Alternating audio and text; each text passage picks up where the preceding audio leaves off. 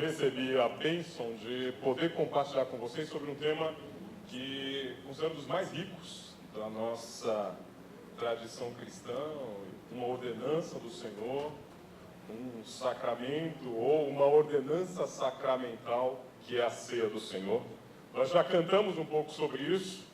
Nós compartilhamos a ceia todos os meses, regularmente, na nossa vida cristã. E eu gostaria de, na manhã de hoje, rapidamente compartilhar com os irmãos, refletir com os irmãos um pouco sobre esse tema. A ceia do Senhor, a lembrança. Por que uma refeição? Por que lembrarmos? Por que sacrifício? E aí gostaria de convidá-los a abrir num dos textos áureos deste tema, que está lá em 1 Coríntios, a carta de 1 Coríntios, capítulo 11, versículos 23 a 26. 1 Coríntios, capítulo 11, carta de Paulo aos Coríntios, capítulo 11, versículos 23 a 26.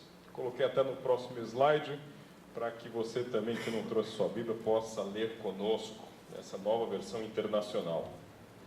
Diz assim a palavra do Senhor: Pois recebi do Senhor o que também lhes entreguei, que o Senhor Jesus, na noite em que foi traído, tomou o pão e, tendo dado graças, partiu e disse: Isto é o meu corpo, que é dado em favor de vocês. Façam isso em memória de mim. Da mesma forma, depois da ceia, ele tomou o cálice e disse: Este cálice é a nova aliança no meu sangue. Façam isso sempre que o beberem, em memória de mim. Porque sempre que comerem deste pão e beberem deste cálice, vocês anunciam a morte do Senhor até que ele venha.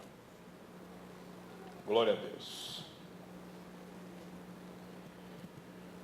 Essa lembrança do sacrifício de Jesus e essa ordenança que está contida na Santa Ceia, Jesus fez questão de deixar muito claro. E eu sempre digo que os últimos avisos de uma pessoa são os avisos mais importantes. Não por acaso, Jesus, quando está subindo o assunto aos céus, ele chega para o povo e diz: olha, vão por todo mundo, preguem o evangelho a toda criatura, façam discípulos em meu nome, batizem uns em nome do Pai, do Filho e do Espírito Santo. Não por acaso, na sua última oportunidade com os 12, ele chama todos para uma refeição.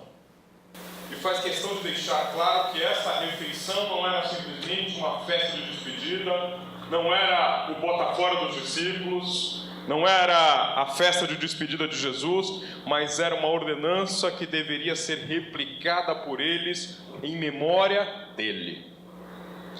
Ele faz questão de instituir uma refeição na qual nós deveríamos trazer a memória do seu sacrifício e por que ele o faz. E aí a primeira reflexão daqueles 3 itens é: por que uma refeição? Uma refeição tem, para mim, 2 aspectos que são interessantes. Por que uma refeição? Porque não existe nada de mais corriqueiro do que uma refeição. Jesus não gostaria de fazer deste compromisso de relacionamento que ele estava instituindo entre seus discípulos uma nova religião. Não gostaria de instituir novas liturgias que deveriam ser seguidas por todos. Jesus não estava inaugurando um novo pensamento filosófico, não estava inaugurando uma nova forma de se comportar. Jesus não estava inaugurando um novo grupo, um novo partido, uma nova tendência. Jesus não estava criando ali uma nova sociedade, não estava fazendo nada disso. Ele estava sedimentando relações entre pessoas e relações entre pessoas e Deus. E para sedimentar essas relações, Jesus sabia muito bem que nada melhor do que inserir estas relações na nossa rotina.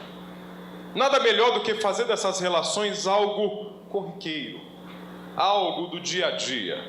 Por isso, a ceia do Senhor.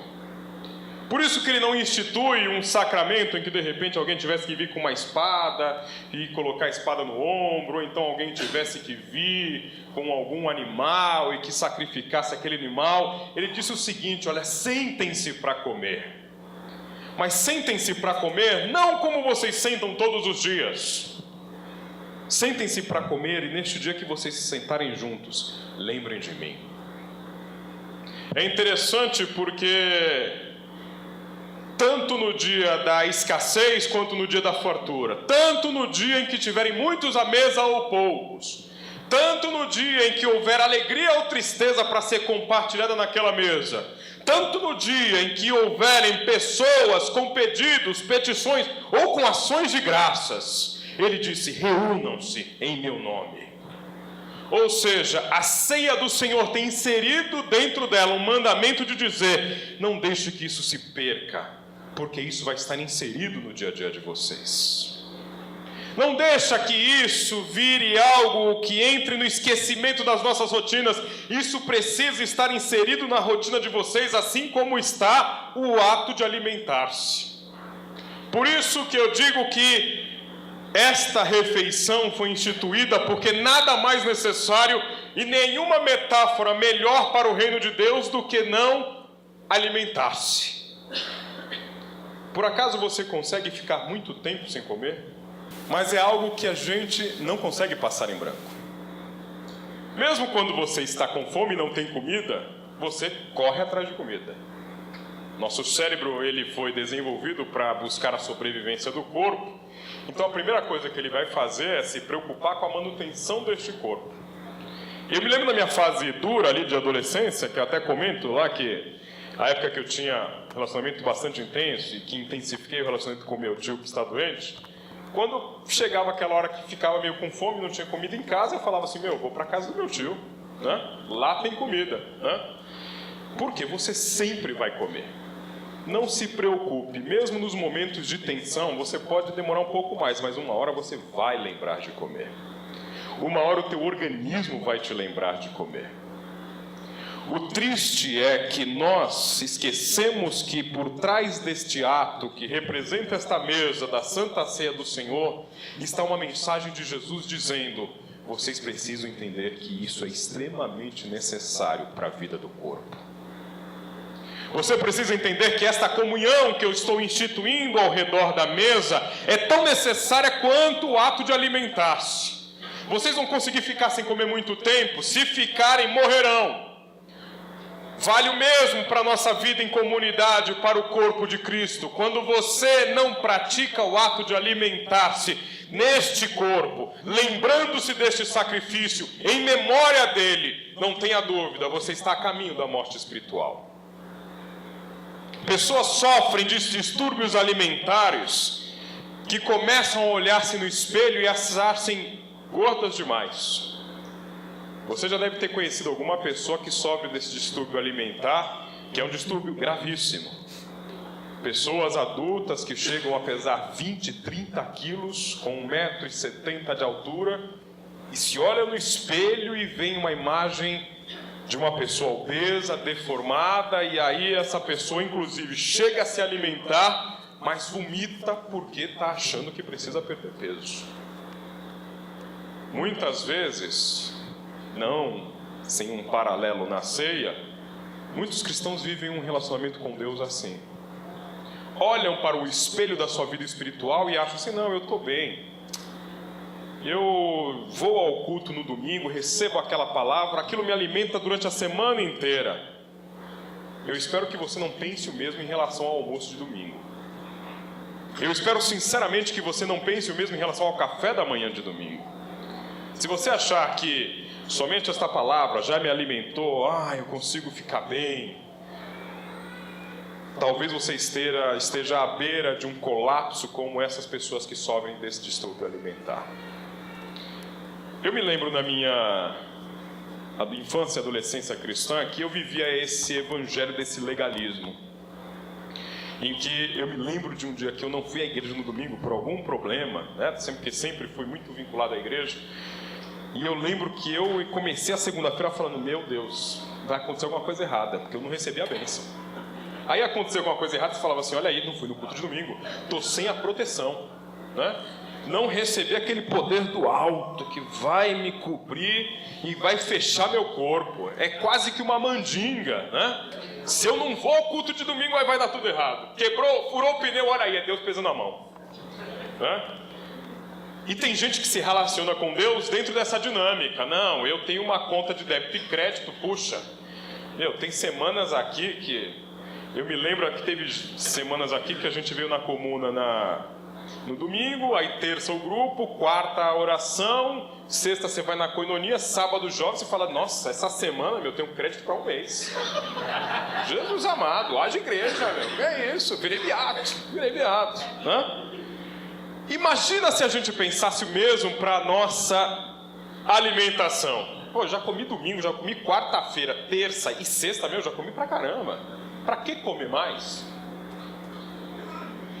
E Jesus fez questão de fazer com que isso fosse algo corriqueiro, fosse uma refeição e não um ritual, não uma reunião, não uma associação, não um pacto, não algo que envolvesse sangue, bicho, materiais quaisquer, porque ele queria deixar claro que não é o ato de você ir à igreja, não é que aqui na comuna tem uma unção especial que quando a gente se reúne no culto, você recebe um alimento que vem do céu e que te alimenta a semana inteira. Não, é essa comunhão do corpo. É quando você está junto e vocês comem, lembrando dele. É quando você come e lembra que este corpo foi partido por você, que este sangue foi derramado por você e que você está à beira daquela mesa, porque um dia você está se lembrando que você vai se sentar em outra mesa, nas bodas do Cordeiro, com ele dizendo, vinde benditos do meu Pai. Porque ele diz claramente, lá em Mateus e Marcos, quando fala a respeito da ceia, façam isso em memória de mim, porque eu só vou beber este vinho quando vocês estiverem lá na casa do meu Pai. Ou seja, você não ganha créditos quando vem ao culto de domingo. Jesus está dizendo que quando você vem à ceia do Senhor, você está fazendo algo que é corriqueiro, mas que é extremamente necessário para a saúde do seu corpo. Seguindo em frente, ele deixa claro por que lembrarmos. E aí temos um desafio desse por que lembrarmos, que eu gostaria de compartilhar duas questões importantes, que é a palavra que em grego faz referência a lembrarmos, que é anamnesis. E anamnesis até muita gente conhece por um significado médico, né? Quando você fala na anamnese do paciente, você está analisando ali o histórico do paciente, como ele desenvolveu aquela doença até chegar àquele ponto. E anamnesis no grego significa lembrança, trazer à memória. No entanto, existe um significado interessante que um teólogo traz a este tema anamnesis, em que quando Marcos, quando Lucas, quando Paulo, quando esses escritores se debruçaram sobre esse texto para escreverem a respeito dele, eles tinham muito claramente o que significa anamnesis no grego, que diz o seguinte: anamnesis é transportar uma ação enterrada no passado de tal maneira que não se percam sua potência e vitalidade originais, mas sejam trazidas para o momento presente. Alguns psicólogos, inclusive, se utilizam disso para vivenciarem traumas do passado. Gente que vai lá para a história dele e começa a relembrar daquela situação de estresse que ele passou com um chefe que humilhou, e isso fez com que ele nunca mais conseguisse fazer uma apresentação em grupo. Porque desde então, toda vez que ele vai fazer uma apresentação, o cérebro dispara aquela lembrança e ele trava, dá branco. É aquela mulher que não consegue mais se relacionar com nenhum homem, porque o modelo que ela tem é daquele pai que batia na mãe. E toda vez que ela se aproxima de um homem, começa a construir um relacionamento, quando dispara a palavrinha casamento, ela trava, porque ela fala, não, Eu estou me lembrando daquele trauma que eu vivia lá com meu pai e com a minha mãe, e muitas vezes inconscientemente. No entanto, o escritor de Coríntios, Mateus, Marcos, Lucas, quando falam em anamneses, eles estão dizendo muito claramente: quando vocês sentarem à mesa, façam trazer à memória intensamente aquele momento em que Jesus se reuniu com os 12. Não deixem com que essa refeição se perca e que vire mais uma comidinha junto com um monte de gente. Não deixa que vire isso um pedaço de pão que cai na tua boca amargo, sem sabor. Não deixe com que este copo de suco de uva ou de vinho se torne simplesmente mais um copo de suco de uva ou de vinho. Traga à memória aquele momento em que existia um homem assentado no meio de 12, dizendo: olha, este pão que eu parto é o meu corpo que vai ser partido por vocês. Comam em memória de mim. É aquele homem dizendo para aqueles 12, na iminência de um sacrifício cruel na cruz, sabendo muito bem o que ele haveria de passar na cruz do Calvário: quando vocês beberem este cálice, bebam lembrando que este sangue foi derramado para remissão de pecados em favor de vocês. Façam isso em memória de mim. Ou seja, traga a realidade intensa deste momento quando você se assentar à mesa do Senhor. Não deixe com que isso se torne mais uma banalidade ou uma frivolidade da nossa religiosidade. Não deixe com que isso seja mais um ritual sem sentido, pobre, vazio da nossa cristandade atual. Faça com que a ceia do Senhor seja este momento em que você não se senta sozinho, mas se senta com os seus irmãos e principalmente com Jesus de Nazaré.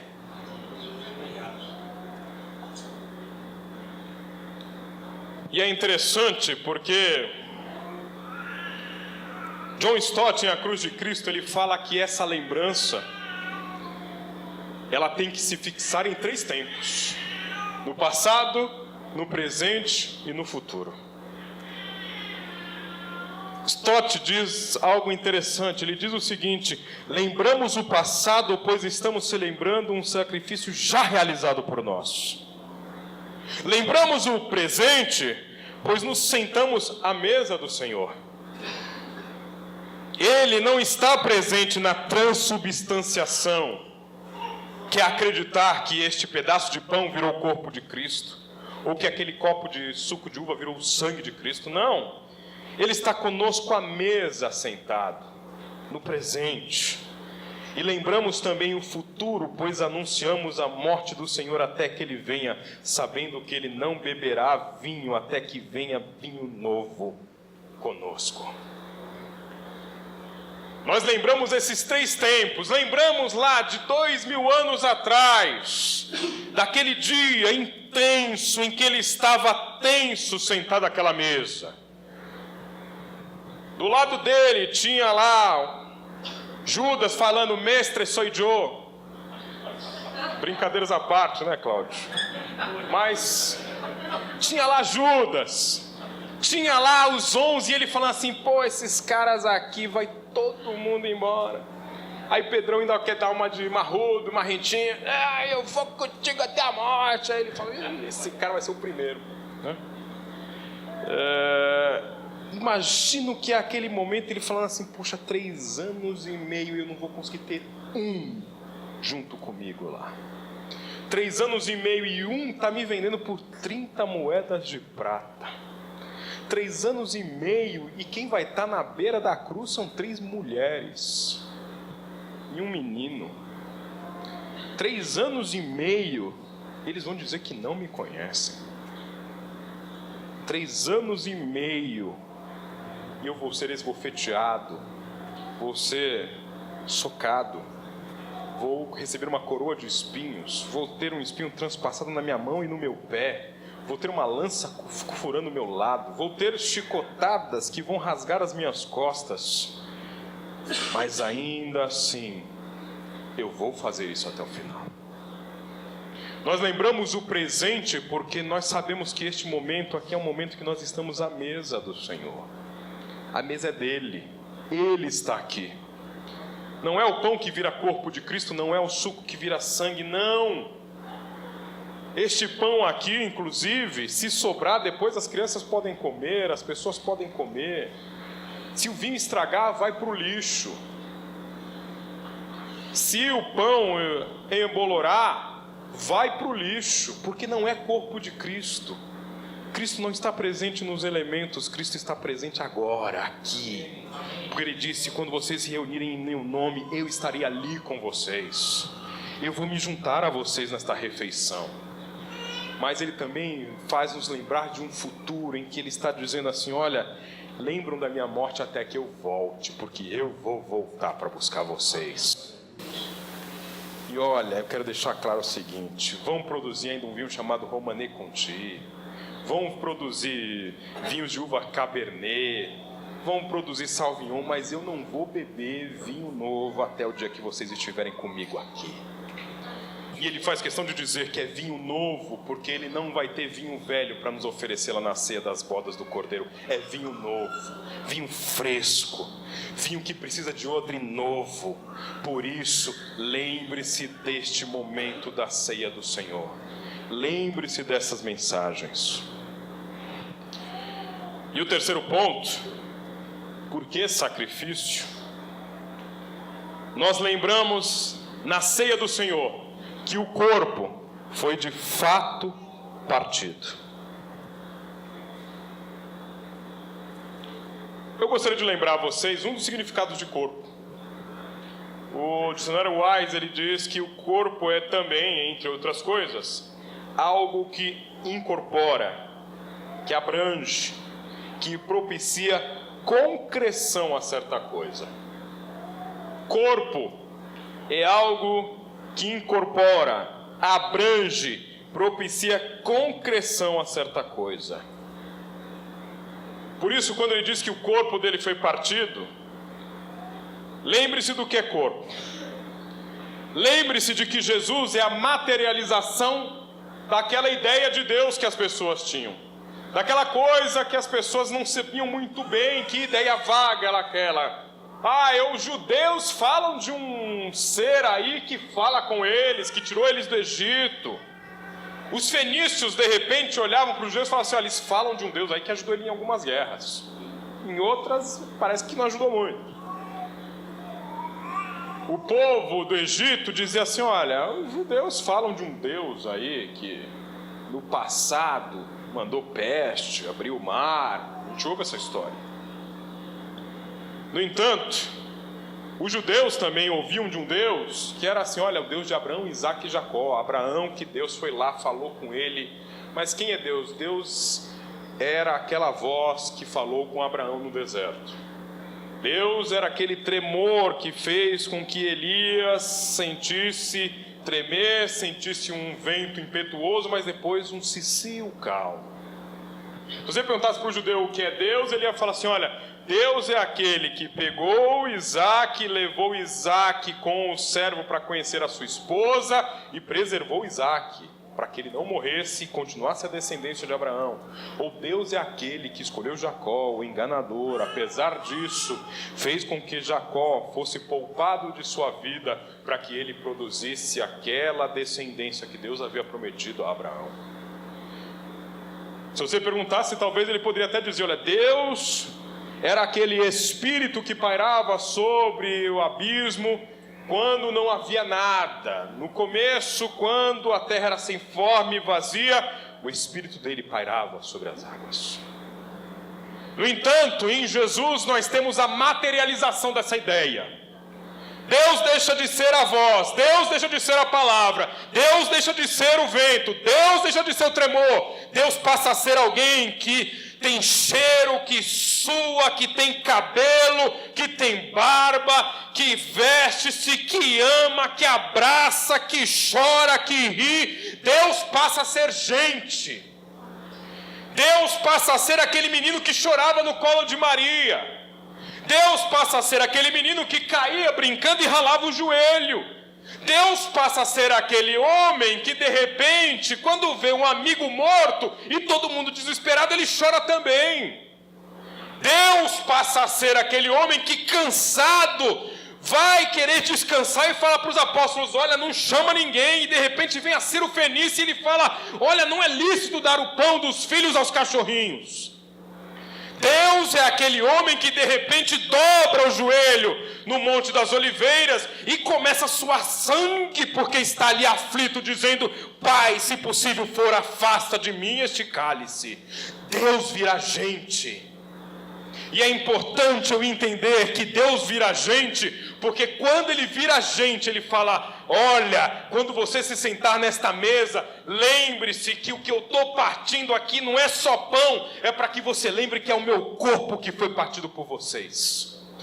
O corpo deste homem que existiu de verdade, que é o Jesus histórico, não mais questionado pelos historiadores. É o Jesus que existiu mesmo, o filho de Maria, o filho de José, o filho do carpinteiro, o homem de Nazaré. Este homem é que chega e diz: olha, quando vocês sentarem, peguem este pão e saiba que este corpo aqui foi massacrado, moído, partido, mas foi por vocês, valeu a pena. Agora, para mim, quando ele fala que o corpo foi partido, também tem um outro significado.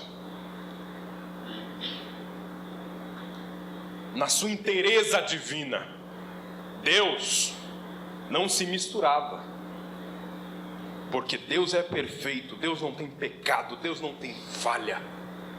Deus, quando se relacionava com o povo, Ele dizia o seguinte: olha, uma vez por ano, o sumo sacerdote, a última bolacha do pacote de vocês, vai entrar lá no Santo dos Santos, o lugar onde eu moro, lá, eu só fico lá.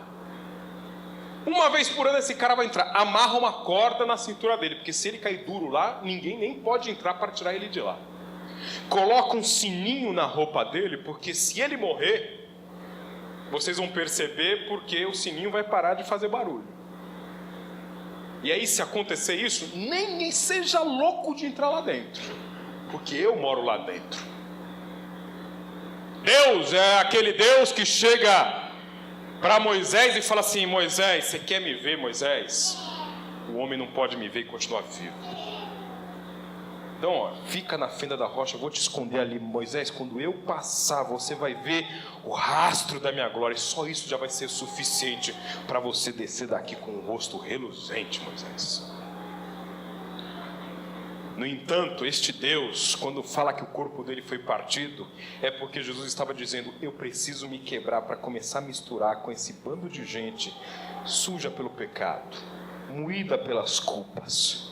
Deus agora não está mais lá no Santo dos Santos, Deus está aqui no meio da gente. Deus está comendo na mesma mesa, Deus está pegando o pão da mão dele e dando para a gente na nossa mão. Deus está bebendo o cálice no nosso copo. Lá em casa, meu irmão era o mais nojentinho. E que ele não nos ouça depois no YouTube, né? Mas meu irmão era aquele cara até hoje, assim, que toma mais banho, que usa mais perfume e tal. Só não digo que penteia mais o cabelo, porque é calvo igual a mim, né? Mas eu lembro que, assim, quando a gente era moleque, aquela coisa, né? Antigamente você comprava uma garrafa de refrigerante de 1 litro. Era um milagre da multiplicação do refrigerante. Porque eu não sei como uma família se sentava à mesa com uma garrafa de 1 litro e todo mundo bebia, né? E aí eu lembro que, assim, colocava no copo aquela coisa, e irmão tem essa coisa de: ah, mãe, tem mais do que o meu, né? Aí ficava aquela coisa pra ficar e deixava: não, tá não. Aí ficava aquela briguinha e tal. Aí, às vezes, pra provocá-lo, eu ia lá e fazia assim no copo dele, ele: não vou beber mais, não. Aí eu falava: ganhei mais um copo e tal. Fazia de propósito, né? Não, Senhor, ainda bem que o Senhor nos purifica de todo pecado, né? Ainda bem que o sangue foi derramado. Olha como eu era mau, Jesus amado.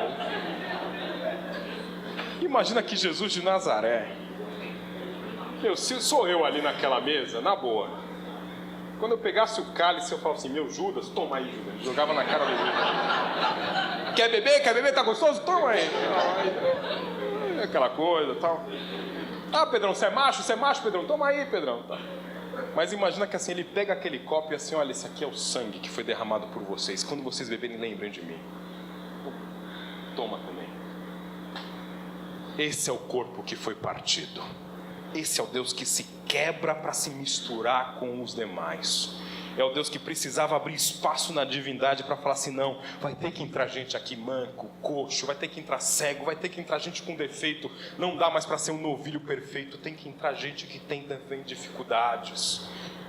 Por isso que a igreja de Cristo é este lugar onde a gente caminha com um monte de gente e come na mesa com um monte de gente que é igual, pior ou melhor do que a gente. Por isso que a ceia do Senhor, ela não permite gente que sente indolentemente, gente que vem à mesa sem discernir do corpo e do sangue, mas pecador ela aceita. Mas gente com culpas ela aceita. Mas gente pequena ela aceita, gente moída ela aceita, gente com pecados ali no âmago da sua existência, ela aceita, porque ela foi feita para esse tipo de gente. Ela foi feita para esse tipo de gente que sabe que tem um monte de defeito, mas quando senta à mesa fala, Senhor, este corpo foi partido por mim, este sangue foi derramado por mim. E é por isso que eu posso me juntar à perfeição divina e me fazer parte deste Deus, porque o corpo foi partido. E por fim, o sangue foi de fato derramado. E aí eu faço questão de trazer rapidamente um pouco do que li num livro fantástico escrito por Philip Yancey e Dr. Paul Brand, um doutor missionário que atuou durante muito tempo na Índia. Eles escreveram um livro em conjunto chamado A Imagem e Semelhança de Deus. Esse médico, ele disseca a questão de por que a Bíblia usa tanto a imagem do corpo, por que a Bíblia usa tanto a questão de Cristo como cabeça, o sangue do cordeiro, e ele vai fazendo esta metáfora do ponto de vista médico, o porquê que isso tem tanto significado quando a gente, inclusive, olha o funcionamento do nosso organismo. E aí ele fala sobre o sangue. A gente, na nossa tradição cristã, sempre fica falando, né? Não, lavado no sangue do cordeiro, não. Sim, neste sangue lavado, mais alvo que a neve serei. Mas aí imagina que sai sangue na torneira aqui do banheiro da comuna, né? Lavado nesse sangue você não vai ser. Você vai sair manchado desse sangue, né? Se você chegar um belo dia na sua casa e colocar uma bacia de sangue e falar assim, ó, lava a mão aí, a pessoa vai falar, é maluco, né? Maluco. Se você não fosse cristão, muito provavelmente você acharia um absurdo essa ideia de lavar-se no sangue. É uma coisa até que soa meio tétrica, né? Lavar-se no sangue. No entanto, esse Dr. Paul Brand, ele faz uma analogia interessante quando a gente fala sobre esse poder purificador do sangue com o sangue no nosso organismo. O sangue no organismo não tem nenhuma outra função mais nobre do que essa de purificar-nos por dentro. Ele até propõe um exercício interessante. Se você amarrar seu braço com alguma coisa, um torniquete, e aí começar a mexer o seu braço e alguém pedir que você faça um exercício ali com a mão, você vai conseguir fazer exercício durante algum tempo. Depois de algum tempo você vai começar a sentir dores lancinantes no seu braço. Vai começar a sentir dores lancinantes porque todas as vezes em que você movimenta o seu músculo, esse músculo ele precisa de oxigênio e o sangue vai circulando para fazer esta transformação metabólica de oxigênio e açúcar em energia, e ao mesmo tempo que ele faz com que vá oxigênio, ele tira dióxido de carbono, tira açúcar, tira os metabólitos todos, que aí saem junto com as toxinas, e ele vai eliminando isso através do rim. O problema quando você faz um torniquete é que ele consegue levar, mas não consegue trazer, e aquela toxina que está no seu organismo começa a fazer com que exista esse incômodo gigantesco no braço, e por isso que a pessoa não suporta essa dor. Porque é o braço dizendo assim, eu preciso liberar essas toxinas, porque é o sangue dizendo, eu preciso limpar esse organismo. Nos pulmões, até é interessante que eles dizem o seguinte, você não consegue se matar por falta de ar, porque o organismo automaticamente, involuntariamente, ele consegue dizer para você o seguinte, você precisa respirar. Você nunca vai ouvir alguém dizendo assim, olha, a pessoa se matou fechando o nariz e a boca. Não existe esse tipo de suicídio, porque o organismo involuntariamente, ele fala, eu preciso expelir esse dióxido de carbono que foi extraído dos pulmões pelo meu sangue. Ou seja, O sangue tem dentro do nosso organismo uma capacidade de purificação que é dada a ele por esse organismo que está dizendo: olha, esse sangue que o coração bombeia, leva ele para os órgãos, faz ele movimentar-se em todo o organismo, joga ele de volta nos rins, e os rins em 1 segundo vão fazer essa transformação de sangue, separar naquilo que é glóbulo branco, vermelho, ureia, joga o que precisa for, sais, açúcar, elimina para purificar e voltar esse ciclo todo de novo. E vai purificando o corpo com este sangue. Então, quando Jesus dizia claramente: olha, vocês vão ser purificados no sangue, é porque ele sabe que este sangue precisa fluir dentro deste corpo. A igreja precisa que este sangue flua por suas veias. Este corpo precisa com que este dióxido de carbono seja expelido, porque o sangue está dizendo: eu preciso purificar este corpo. Ou seja, a ceia do Senhor está nos lembrando através do sangue, que se este sangue não fluir livremente no seio da igreja, se este corpo produzir torniquetes dos nossos isolamentos, do nosso individualismo, se nós produzirmos na nossa vida torniquetes das nossas divisões sociais, das nossas divisões doutrinárias, nós começaremos a sentir dores lancinantes e, mais do que isso, nós mataremos o corpo. Por isso a igreja morre em alguns momentos, porque a igreja precisa de sangue em suas relações para curá-la, para purificá-la, para mantê-la viva.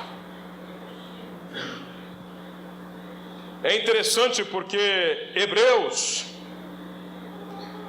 diz claramente: ora, se o sangue de bodes e touros e as cinzas de uma novilha espalhada sobre os que estão cerimonialmente impuros os santificam de forma que se tornam exteriormente puros, quanto mais então o sangue de Cristo, que pelo Espírito Eterno se ofereceu de forma imaculada a Deus, purificará a nossa consciência de atos que levam à morte, de modo que sirvamos ao Deus vivo. Quanto mais então o sangue de Cristo, que pelo Espírito Eterno se ofereceu de forma imaculada a Deus, purificará a nossa consciência de atos que levam à morte, de modo que sirvamos ao Deus vivo.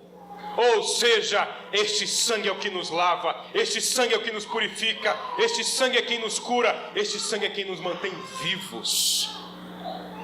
É interessante porque o sangue tem um papel tão central no nosso cristianismo, que ele é citado no Novo Testamento 3 vezes mais do que a palavra cruz, 5 vezes mais do que a palavra morte.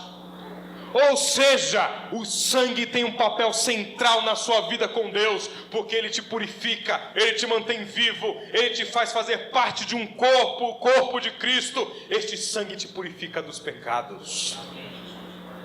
Por isso você pode se assentar a esta mesa e beber este cálice. Jesus finalmente diz que: eu lhes digo a verdade, se vocês não comerem a carne do Filho do Homem e não beberem o seu sangue, não terão vida em si mesmos. Todo que come a minha carne e bebe o meu sangue tem a vida eterna, e eu ressuscitarei no último dia. Pois a minha carne é verdadeira comida e o meu sangue é verdadeira bebida.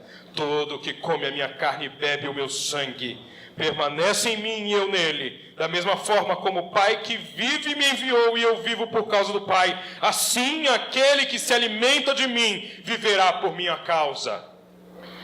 Por isso, quando você se assentar à mesa do Senhor na manhã de hoje, lembre-se, você só está vivo por causa desta mesa. Você só consegue respirar por causa dessa mesa. O dióxido de carbono dos teus pulmões espirituais só é expelido por causa deste sangue. As toxinas que matam os teus membros e te fazem ser um aleijado espiritual só podem voltar à vida se o sangue que está aqui purificar o teu organismo dessas toxinas. Se você não se lembrar disso, é isso que faz com que muitos vivam em doenças. E Paulo diz: e até morram, porque não discernem o corpo e o sangue do Senhor dignamente. Não é porque você talvez tenha pecado nessa semana, não é porque talvez você seja cheio de culpas, não é porque talvez você se lembre das coisas horríveis que você praticou nesta semana. Não, esta mesa foi feita para você. Esta mesa foi feita para aquele que se sente indigno, para aquele que se sente pequeno, para aquele que sabe que é menor do que o Deus a quem ele serve. para aquele que se lembra que é humilde e humilha-se diante de Deus, porque é esse que Deus está convidando para sentar a esta mesa, é este que Ele quer.